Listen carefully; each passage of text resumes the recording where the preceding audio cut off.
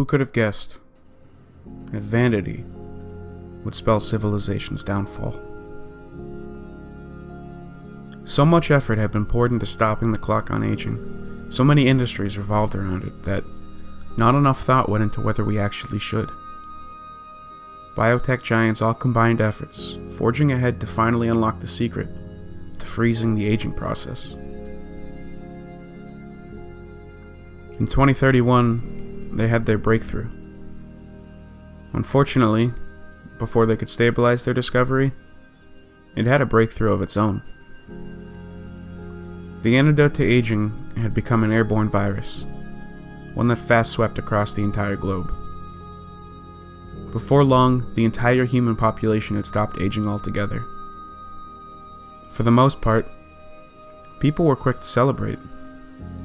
Those few critics of what happened were drowned out by the impressionable majority, convinced that to be forever young was to be forever happy. Fools. Only after decades had passed, after the novelty of our gift had worn off, did the harsh reality begin to set in. No new humans could be born because no embryos could grow. Since the virus yielded no true immortality, accidents and disease still claimed as many lives as they had before. The human population was plummeting. A century onwards, humanity's numbers sit in the mere hundreds. People are either killing themselves over the surplus of experiences accumulating in their heads, or demanding restitution. The scientists attempt to spin it. What better way for humanity to end than with our cities and bodies at their prime? But nobody's buying it. They want out of this stalemate with biology. They want a cure. And I found one. I thought endlessly about a solution, tossed and turned until it came to me out of nowhere. A simple procedure of sustained cellular fusion. That was all it would take to reverse the virus and get humans aging again. If my mental calculations were right, it should have gone off without a hitch.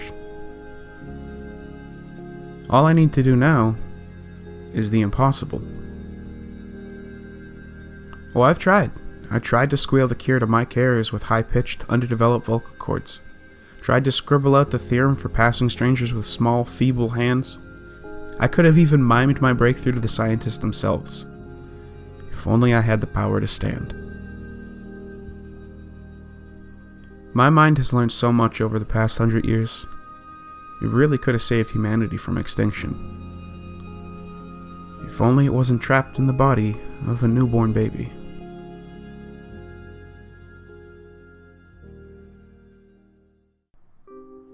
On Earth, it would have been our anniversary. I would tell you that I love you, but it wouldn't be true, nor will it even matter for much longer. I can't remember when I stopped loving you. I'm barely sorry anymore.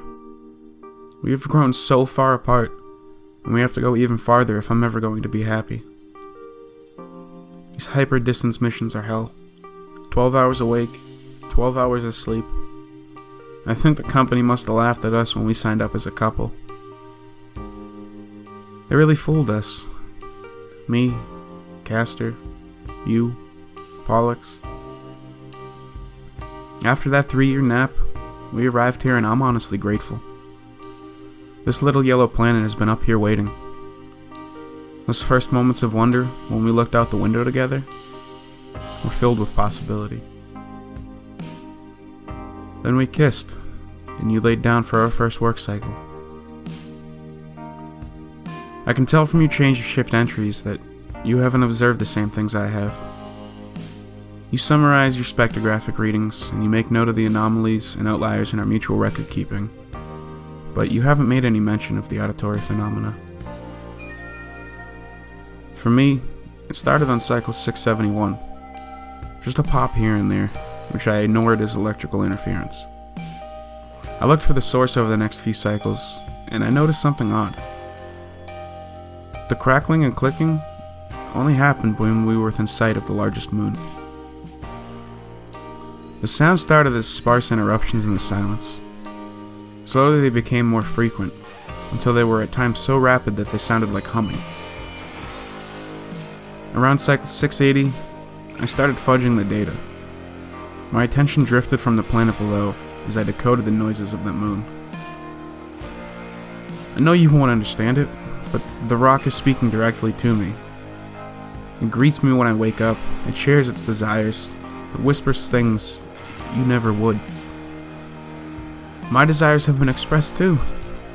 I think that the rock out there can hear my thoughts. I tell it I'm lonely, it calls itself my lover. I tell it I'm happy, it tells me it wants me to be happier. The moon says that I can stop being so lonesome on this ship. All I need to do is open the door. You're reading this, so you're awake now, and the airlock has successfully closed behind me. Remember the protocol and stay the course. I hope you hear the sounds that I've heard, and that you will be happy soon. Maybe it will even be my voice whispering to you in the dark. Until then, maybe you'll feel how lonely I've been without you since we woke up in orbit. I know that may hurt you, but it's no different from what we had yesterday. Again, I'm only barely sorry.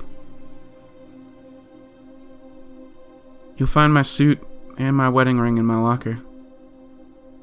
I'm told I won't need them. The moon says it's plenty warm outside.